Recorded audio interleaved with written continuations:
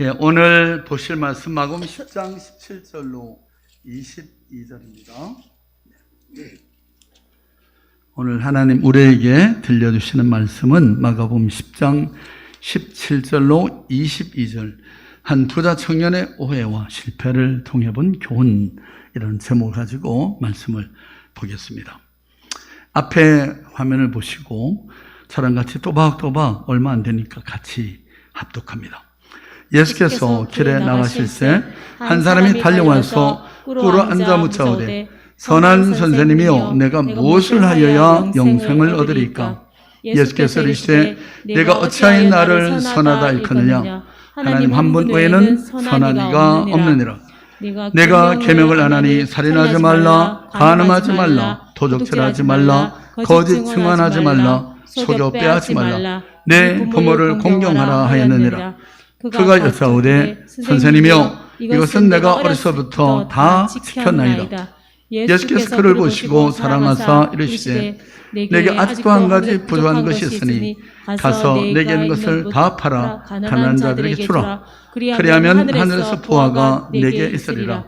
그리고 와서 나를 따르라 하시니 그 사람은 재물이 많은 고로 이 말씀으로 인하여 슬픈 기색을 띠고 근심하며 가니라. 예수께서 여기까지 봤습니다. 우리 기도하십니다. 아버지 하나님, 주의 은혜를 감사합니다. 오늘도 우리를 주의 전으로 이끄시고 우리 영혼의 아버지 양식을 위한 귀한 말씀을 들려주셔서 감사합니다. 성령이 감동하셔서 이 말씀을 기록하게 하실 때 하나님 나타내시길 원하셨던 그 말씀의 뜻을 우리에게 밝히 깨달아 알게 해 주옵소서. 들을 귀를 주시고 집중할 마음을 우리에게 주시기를 원합니다. 방연 어둠의 영들을 다 물리쳐 주시기를 원하고 예수님 이름으로 감사하고 기도하였습니다. 아멘. 본문에 보니까 한 사람이 달려와서 선한 선생이시여 내가 어떻게 영생을, 무엇을 하여야 영생을 얻겠습니까? 라고 물었다고 적고 있습니다. 같은 내용을 다루고 있는 마태복음 18장 19장 20절에 보면 한 청년이 주께 와서 이런 질문을 했습니다. 또 누가복음 18장 18절에 보면 한 관원이라고 표현되어 있습니다. 이렇게 복음서가 다양하게 이 예수님께 찾아와서 영생 얻는 도를 물었던 이 사건을 소개하는데요. 오늘 본문의 이 사람은 또 한 가지 더 추가 인포메이션이 주어졌는데 재물이 많은 사람이었음을 알 수가 있습니다. 자, 그는 비록 청년이지만 천국이나 영생이 노인들의 진부한 망상이라고 간주하지 않았습니다. 또 사회적인 지도자로서 관원임에도 불구하고 천국이나 영생이 사회적 약자들의 정신적인 도피처쯤으로 여기지도 않았습니다. 또 그는 부자였음에도 천국은 가난한 자들이 심적인 유안을 찾는 것이나 어떤 허구의 상상의 나라라고 생각하지 않았습니다. 그는 진정으로 영생의 도를 알기를 원하는 그런 간절한 마음을 가지고 구도자로 주님 앞에 온 것입니다. 그는 제대로 대상을 찾아왔고 또 합당한 질문을 던졌습니다. 자, 그럼에도 불구하고 본문의 스토리는 아주 슬픈 결말을 보여주고 있습니다. 본문 22절에 보면 그 사람은 재물이 많은 고로 근심을 띠고 갔다라고 적고 있습니다. 흔히 사람들은 그가 단지 부자였기 때문에 하는 수 없이 떠나갔다고 생각합니다. 그러나 그러한 생각이야말로 큰 오산인 것입니다. 오해입니다. 그가 예수님을 떠난 진짜 이유는 다름 아니라 오해 때문이었습니다. 오늘 부자 청년의 오해, 또 그런 말미암은 이 예수님을 따르는 데 실패한 사건을 통해서 우리 모두 반면교사를 삼고 우리 믿음을 점검해보는 귀한 시간 될 수 있기를 바랍니다. 자, 부자 청년의 오해와 실패를 통해 배우는 교훈. 첫째는 그는 예수님에 대해서 오해했습니다. 17, 18절을 같이 읽어보죠. 시작. 예수께서 길에 나가실새 한 사람이 달려와서 꿇어 앉아 묻자오되 선한 선생님이여 내가 무엇을 하여야 영생을 얻으리까? 예수께서 이르시되 내가 어찌하여 나를 선하다 일컫느냐? 하나님 한 분 외에는 선한 이가 없느니라. 먼저 우리는 예수님이 누구신가에 대한 바른 이해를 가져야 합니다. 그는 예수님이 누구신가에 대해서 오해했습니다. 그가 예수님을 호칭할 때 뭐라고 불렀죠? 네? 선한 선생이요 라고 불렀습니다. 여기에 대해서 예수님이 뭐라고 대답을 합니까? 18절을 다시 한번 읽어보죠. 예수께서 이르시되 내가 어찌하여 나를 선하다 일컫느냐? 하나님 한 분 외에는 선한 이가 없느니라. 여러분, 이 말씀을 어떤 사람들은 또 잘못 오해해가지고요, 예수님은 자신이 선하지 않다고 얘기했다, 이렇게 이 말씀을 해석하려고 합니다.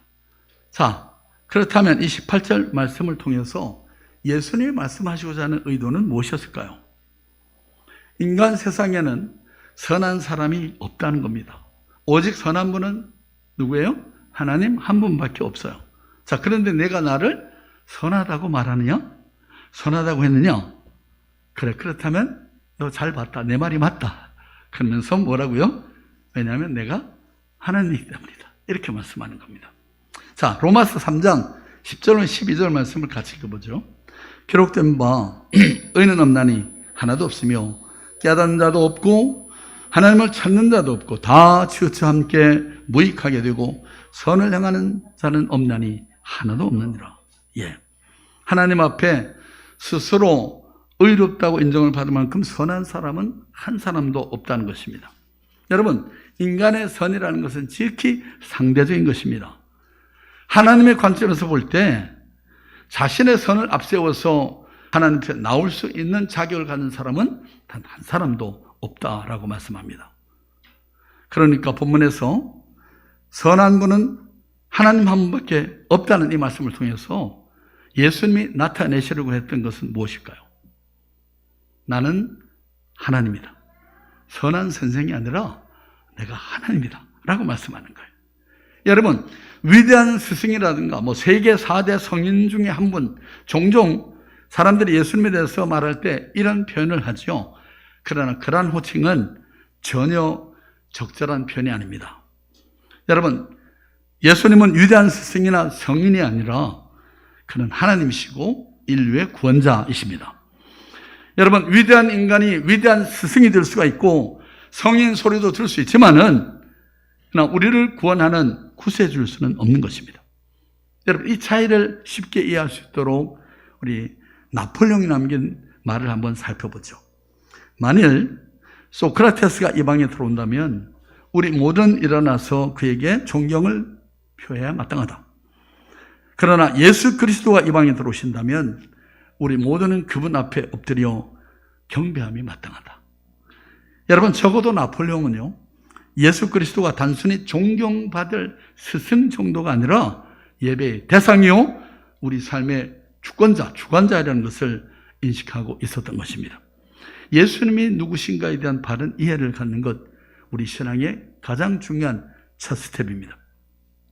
안타깝게도 본문의 청년 관원은 예수님을 그저 선한 선생님으로 알았습니다. 랍비 한 사람으로 알았습니다. 선한 선생으로서 예수 그리스도는 그의 말에 따르는 것이 손익계산을 해볼 때 수지타산에 맞지 않으면 언제든지라도 거부하고 떠날 수가 있는 것입니다. 그러나 그가 예수님이 그렇게 예수님을 쉽게 등지고 떠나볼 수 있었던 이유가 바로 예수님 누구신지를 바로 알지 못했기 때문이었죠. 그가 만약 예수님이 누구신지를 바로 알았다면, 그는 하나님이시요 나를 구원하실 구주요 주님이라는 사실을 그가 꿈에라도 알았다면 그의 태도가 어떻게 바뀌었을까요? 네. 여러분에게 예수 그리스도는 누구십니까? 예수님이 누구신가를 바로 이해하는 것이 우리 신앙의 첫 걸음입니다. 자, 두 번째로 그는 구원에 대해서 오해했습니다. 17절을 다시 한번 읽어보죠. 예수께서 길에 나가실새 한 사람이 달려와서 꿇어 앉아 묻자오되 선한 선생님이여 내가 무엇을 하여야 영생을 얻으리까? 그는 구원에 대한 바른 이해를 갖지 못했습니다. 구원에 대한 바른 이해를 가져야 합니다. 그는 행위로 구원받을 수가 있다고 생각했습니다.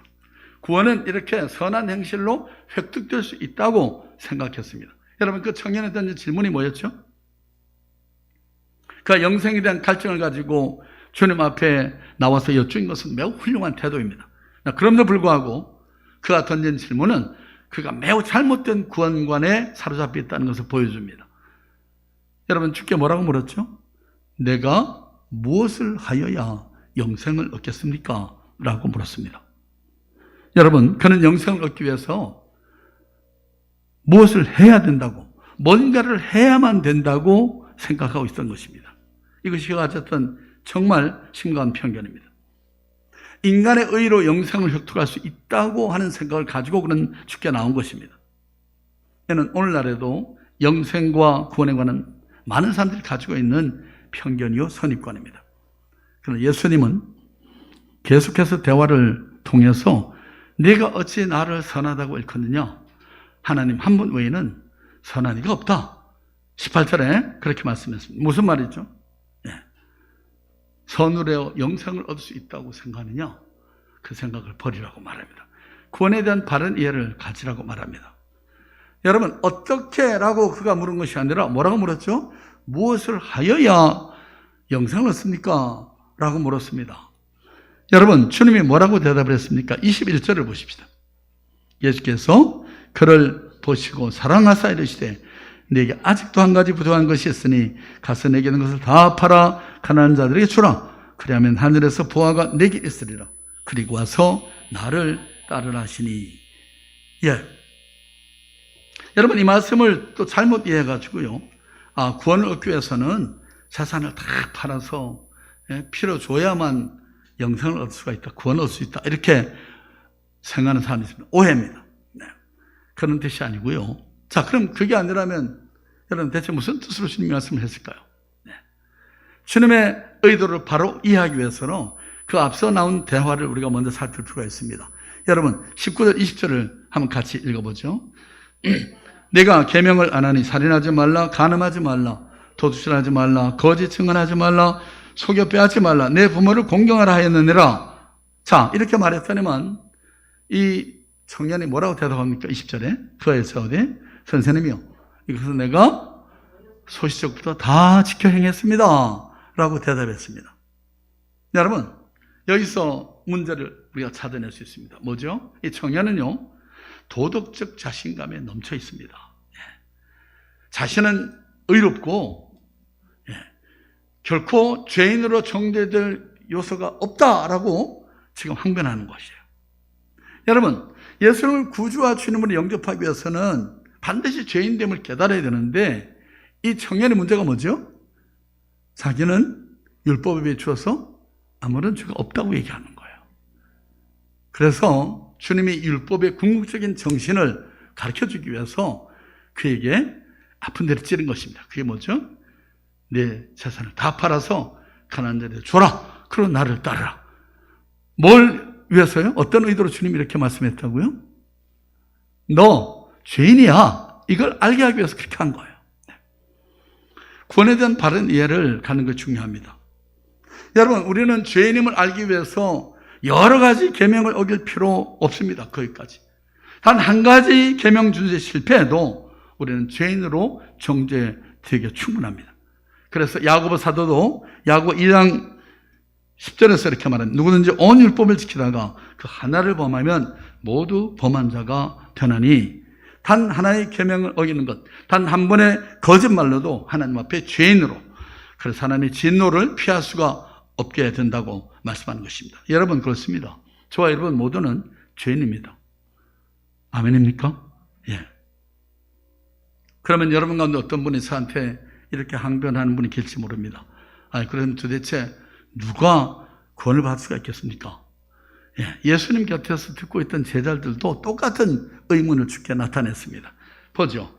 26절. 제자들이 매우 놀라 서로 말하되 그러므로 누가 구원을 얻을 수 있는가? 그럴 때만 예수님이 27절에서 이런 대답을 주십니다. 같이 읽어보죠. 예수께서 그들을 보시며 이르시되 사람으로는 할 수 없되 하나님으로는 그렇지 아니하니 하나님으로서는 다 하실 수 있느니라. 사람으로서는 결코 구원을 줄 수가 없는데 하나님만이 구원을 베풀 수가 있다. 사람들은 동정할 수도 있고 때로 일시적인 도움을 줄 수도 있지만은 구원을 줄 수는 없다 말이죠. 영생과 구원은 하나님 예수 그리스도를 통해서 주신 선물이다라고 말씀합니다. 자, 우리 에베소 2장 8절 9절 그럼 암송송구 다시 한번 읽죠. 시작. 너희는 그 은혜에 의하여 믿음으로 말미암아 구원을 받았으니 이것은 너에게서 난 것이 아니요 하나님의 선물이라. 행위에서 난 것이 아니니 이는 누구든지 자랑하지 못하게 함이라. 예. 영생과 구원은 하나님이 주신 은혜의 선물임을 다시 한번 말씀하십니다. 예. 하나님만이 우리에게 구원을 줄 수가 있습니다. 예. 그러므로 하나님이 인간을 구원하실 때는 행함에 근거하지 않고 다만 은혜의 선물로 주신다고 말합니다. 어떤 사람에게요? 그리스도의 대속의 은혜를 믿음으로 받아들인 사람들에게. 여러분, 영생과 구원은 하나님이 주시는 선물입니다. 믿으십니까?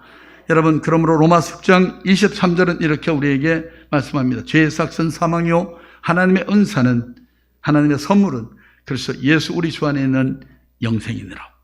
네. 여러분, 선물은 어떻게 하면 받죠?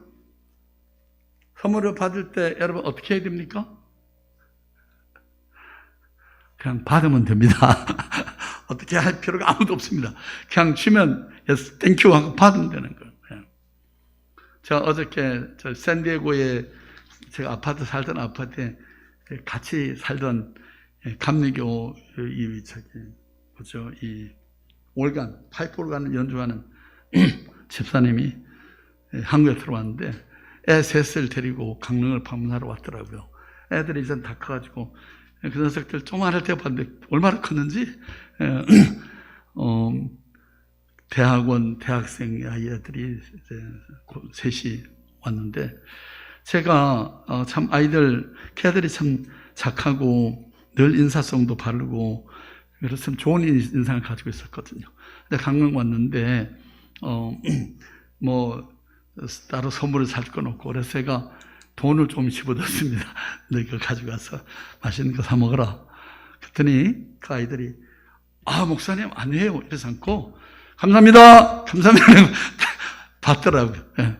바로 그런 겁니다. 선물은 주면 땡큐 감사합니다 하고 받으면 되는 거예요. 예. 근데 어떤 사람이 제일 선물을 잘 받죠? 시원시원하게? 예. 어린 애일수록 잘 받습니다. 어른들은 어때요? 선물 주면 이거 주고 또 나한테서 뭘 또 뜯어갈 거 아닌가 뭐 이런 의구심도 갖지만은 그러나 어린아이들은 이런 이해타산 생각하지 않습니다. 그냥 주면 고맙습니다 하고 받잖아요. 그래서 앞서 우리가 너희가 어린아이 같지 않으면 하나님 나라에 들어갈 수 없다. 주님 그렇게 말씀했던 거 우리 기억하잖아요. 예. 여러분 이 청년은요 어린아이의 순수함이란 없었습니다.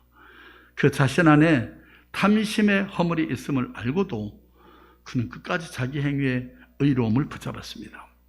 여러분 영생을 얻기 위해서 우리가 뭔가를 해야 한다고 생각하면서도 그는요 전 재산을 내놓을 수는 없다는 생각이 이르자 예수님 곁을 떠나가 버립니다.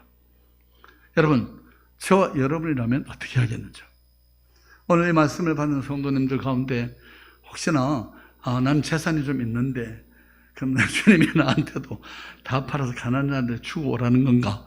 여러분 아니라는 거 아시죠 이제? 예. 이 특정한 인물, 이 청년에게 문제가 뭐라고요?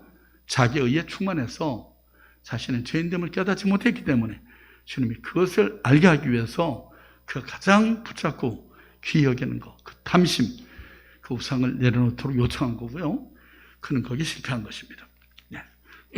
여러분이 정말 내가 하나님 앞에 I'm guilty, 난 정말 죄인입니다 라고 고백하지 못하는 여전히 여러분 속에 그래도 의롭다고 생각하는 그래서 예수 그리스도가 내 죄를 대신해 십자가에 달려 죽으셨다.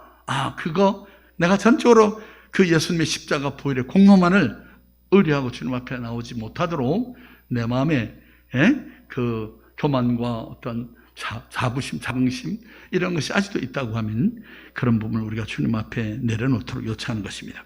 여러분 구원에 대한 바른 이해를 가는 것이 중요합니다. 자 마지막으로 그는 삶의 우선순위에 대해서 오해했습니다. 21절, 22절을 같이 있습니다.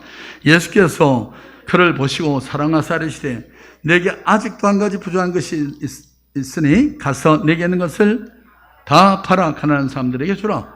그러면 하늘에서 부하가 내게 있으리니 그리고 와서 나를 따르라 하셨다.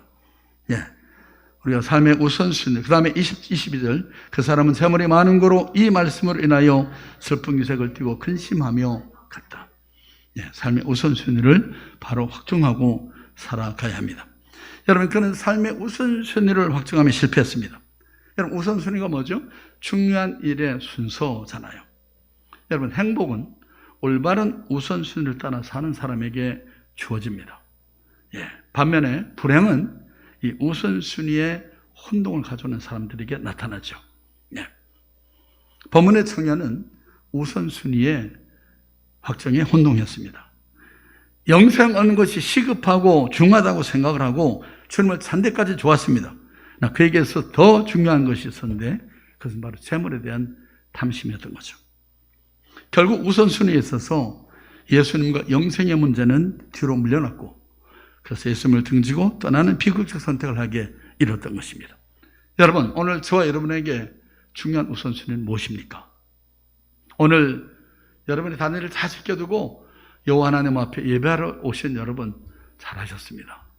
여러분이 뭔가 중요한지를 여러분은 다 아시는 분들이라고 제가 믿습니다. 여러분, 청년에게 있어서 이 재물에 대한 욕심이야말로 바로 우상이었던 것입니다. 예수님도 영생도 중요하지만 그보다 더 중요한 것이 있는데 그것이 바로 그에겐 재물이었습니다. 그는 나와 하나님 사이에서 긴밀한 관계를 깨는 물질 우상, 이것을 극복하지 못했던 것입니다. 여러분, 이해를 돕기 위해서 옛날에 그 임페리얼리즘 시대에, 제국주의 시대에 영국이 아프리카에 진출해가지고 광산에서 다이아몬드, 금은 보화들을 많이 캐서 영국에 실어왔습니다. 근데 배가 저 남아프리카 공화국에 캡탄을 지나서 영국 대서양을 그래서 영국으로 오다가 풍랑을 만나가지고 배가 침몰하게 됩니다. 구명정을 타고 몇몇 사람들이 생명을 겨우 부지했는데 그때 많은 사람들이 익사를 당했는데 그 익사당한 사람들의 대부분이 수영을 잘 못하는 사람들이었는데요.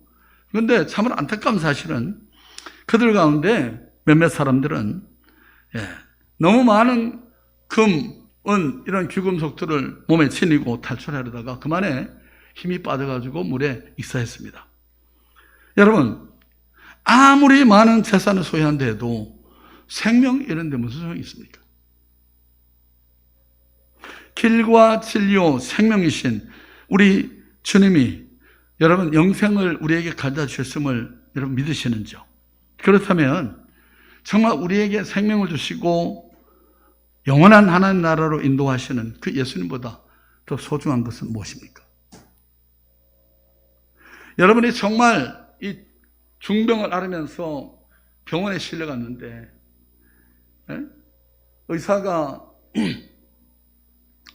수술대를 준비하고 막 이렇게 간호원들로 하여금 수술을 받도록 준비하고 있는데 이 환자가 이 병원이 왜 이렇게 침침합니까? 왜 간호원들은 이렇게 친절하지 않습니까? 그렇게 강변하면서 나를 좀 더 편안한 곳으로 데려가 주시오. 이렇게 말을 한다면 총각을 갖다 두고 수술을 해야 되는데 그냥 병원의 환경이 어떻다는 둥, 친절도 어떻다는 둥 이러고 불평하고 있는 사람이 있다고 하면 그를 향해서는 뭐라고 말하겠습니까? 그 얘기하니까요. 제가 우리 집사람이 미국에서 교통사고로 심하게 당해가지고 병원에 갔는데 여러 CT 촬영하고 했는데 원인을 찾지 못했어요. 그리고 의사는 퇴근하고 갔는데 제가 병실에 있는데 가만히 보니까 이 사람이 몸이 부어오르면서 호흡이 가빠지고 사람이 새까매지는 거예요. 제가 보기에는 분명히 몸에 인펙션이 생긴 것 같아요. 그래가지고 제 주치의한테 저희 가족 패밀리 닥터한테 전했어요. 닥터 왕이라고. 지금 상황이 이렇다. 그랬더니만 가이드라인을 주더라고요. 지금 빨리 그 담당 의사를 집에 가는 사람 병원에 얘기해가지고 부르라고. 그래가지고 우선 몸에 지금 그 염증이 생긴 염증 수치를 조사해보라고 그러고 그래서 다시 연락해달라고. 그래서 이제 의사를 불렀어요. 그냥 젊은 새내기 의사인데 교회 뉴욕 근방에 있는 병원에 그래가지고 왔어요. 와가지고 피 뽑아가지고 검사를 했더니만 백혈구 수치가 막 올라가가지고 그러니까 몸에 염증이 생긴 거예요. 그래서 이거 심각하다고. 그래가지고 다시 그 다음 의사한테 전화를 했죠. 우리 주치의한테. 그랬더니만, 그게 시골 병원인데 큰 병원, 대학병원을 가려면 거기서 한 40분 운전을 가야 되는데 제가 물었습니다. 닥터왕 어떻게 하면 좋을까요? 이 의사 보니까 경험이 많지 않은 새파란 의사인데 근데 지금 큰 대학병원을 가야 되나요? 그랬더니만 그 닥터왕이 참 지혜로운 분이었습니다. 바른 안내를 해줬어요. 목사님, 지금 이것저것 따질 시간 아닙니다.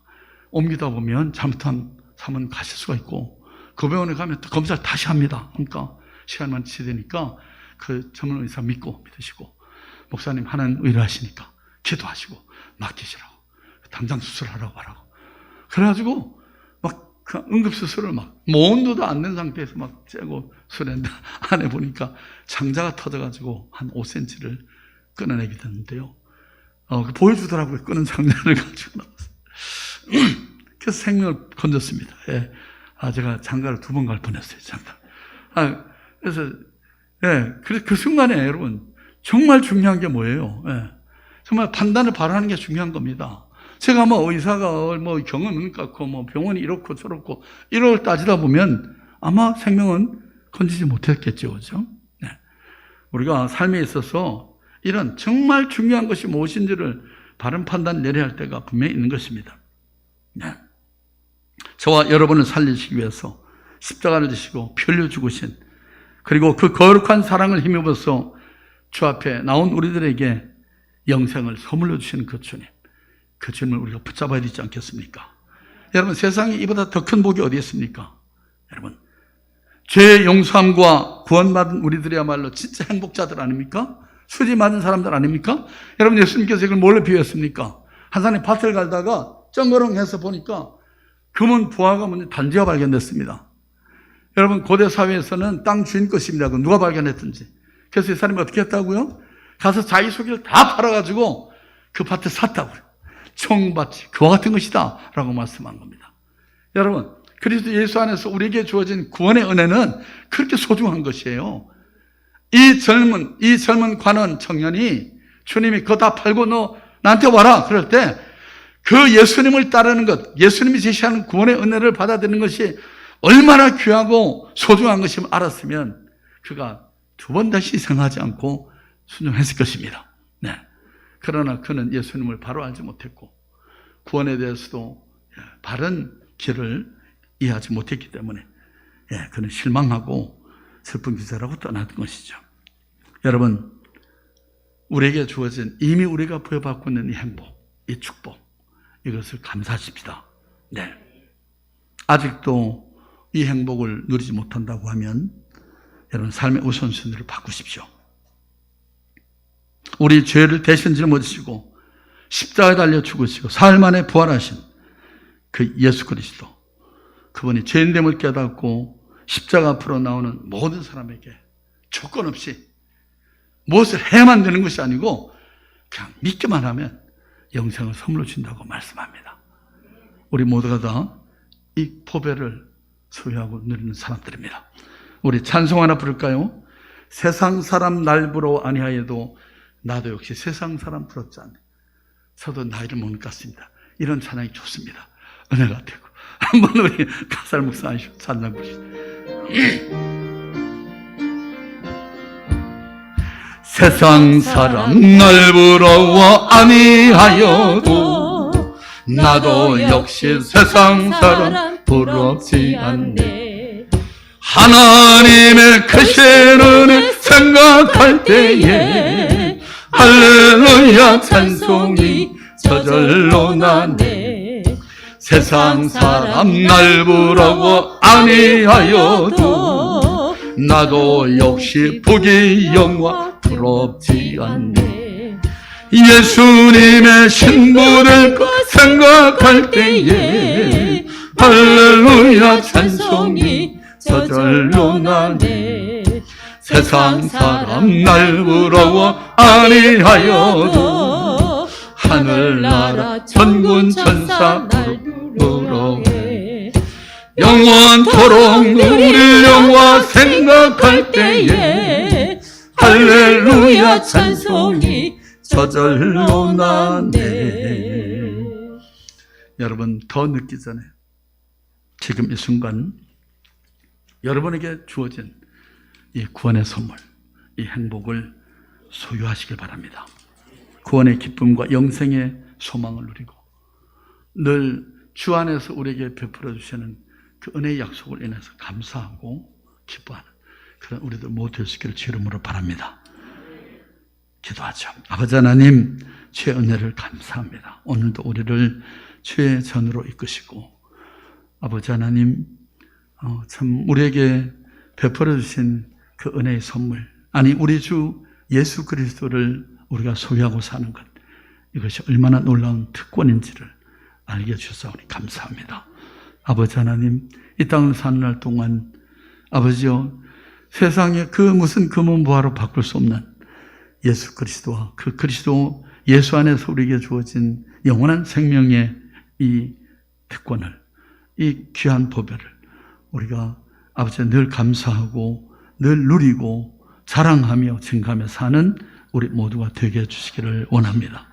주님 앞에 서는 끝날에 주님 앞에 설 때 아버지요, 우리를 사랑으로 품어 안으시고 그 눈물, 근심, 걱정, 고통, 질고와 사망이 없는 영원한 기쁨의 나라로 우리를 맞아들이시고 아버지요, 기쁨으로 살아갈 그 소망을 늘 꿈꾸고 감사하며 살아가는 우리 모두 심령 속에 늘 주의 영으로 충만히 임해 주시기를 간절히 빌고 원하오며 예수님 이름으로 감사하고 기도하였습니다. 아멘. 우리 주 예수보다도 귀한 것은 없네. 찬송 부르겠습니다.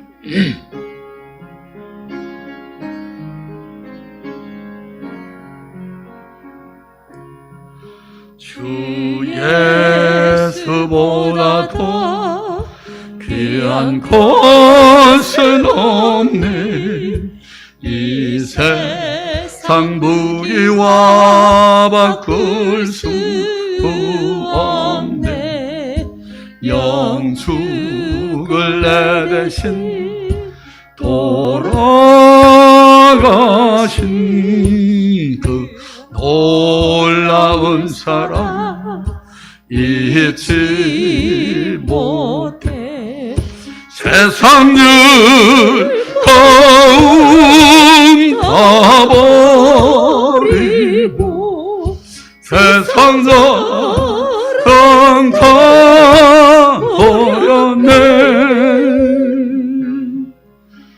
주 예수보다도 귀한 것은 없네. 예수밖에는 없네.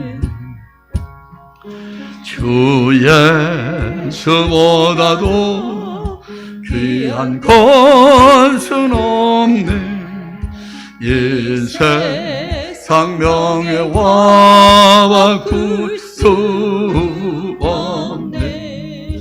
이전에 즐기던 세상에도 주 사랑하는 마음 뱉지 못해.